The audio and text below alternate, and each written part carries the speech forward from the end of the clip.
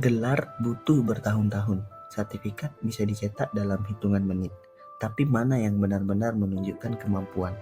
Ini tentang cara baru mengukur kompetensi, bukan lagi satu ijazah besar, tapi potongan-potongan kecil yang membentuk bukti keterampilan, seperti mengumpulkan stiker di buku hadiah, satu persatu, tapi kalau lengkap, nilainya jelas. Kali ini saya tidak bicara soal administrasi pelatihan, tapi bagaimana mikrokredensial bisa mengubah cara kita belajar, mengajar, dan mengakui kemampuan. Inilah yang perlu kita resolusikan. Apakah mikrokredensial akan menjadi pelengkap pendidikan atau justru menggantikan sistem yang sudah ada?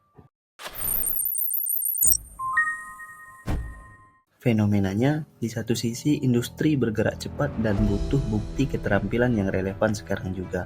Di sisi lain, pendidikan formal bergerak lambat, terkadang terlalu lambat untuk mengejar perubahan.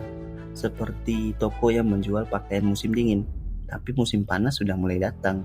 Inikah yang membuat mikrokredensial jadi menarik?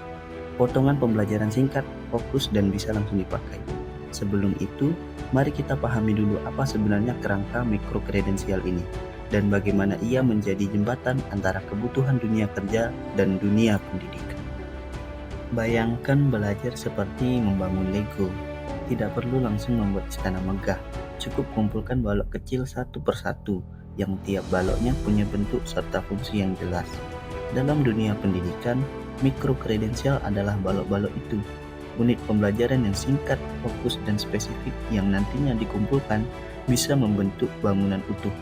Secara ilmiah, mikrokredensial adalah sistem sertifikasi yang validasi keterampilan spesifik.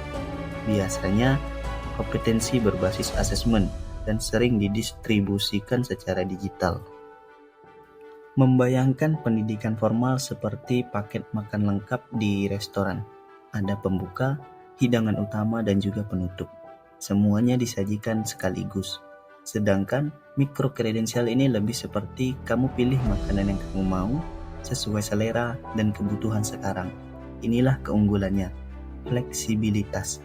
Seseorang bisa menyesuaikan jalur belajarnya dengan perubahan teknologi dan industri tanpa harus mengulang sekolah hanya karena ada satu keterampilan baru yang dibutuhkan. Tentunya ini penting sekali, karena pasar kerja hari ini tidak lagi menilai dari satu gelar, tapi dari kemampuan yang relevan, terkini, dan dapat dibuktikan. Pertanyaannya, pernahkah kita menghitung berapa banyak orang yang berhenti belajar karena waktu dan biaya yang terlalu besar?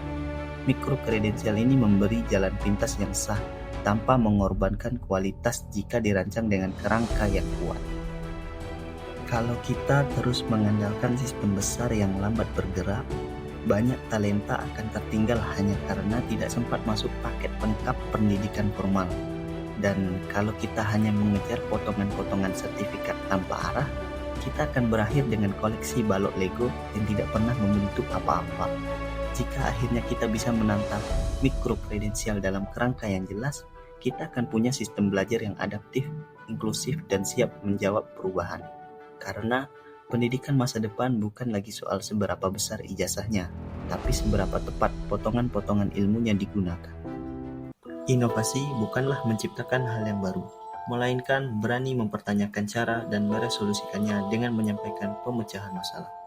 Kalau Bapak Ibu juga punya gagasan atau praktik yang layak disampaikan, jangan disimpan sendiri. Tulis di kolom komentar atau ke akun email yang ada di deskripsi. Bisa jadi, ide yang kamu lihat hari ini menjadi solusi bagi banyak orang di hari esok. Kita tidak mengejar sensasi, namun membangun percakapan yang akan melihat sejauh mana inovasi yang kita sebut benar-benar berguna nantinya.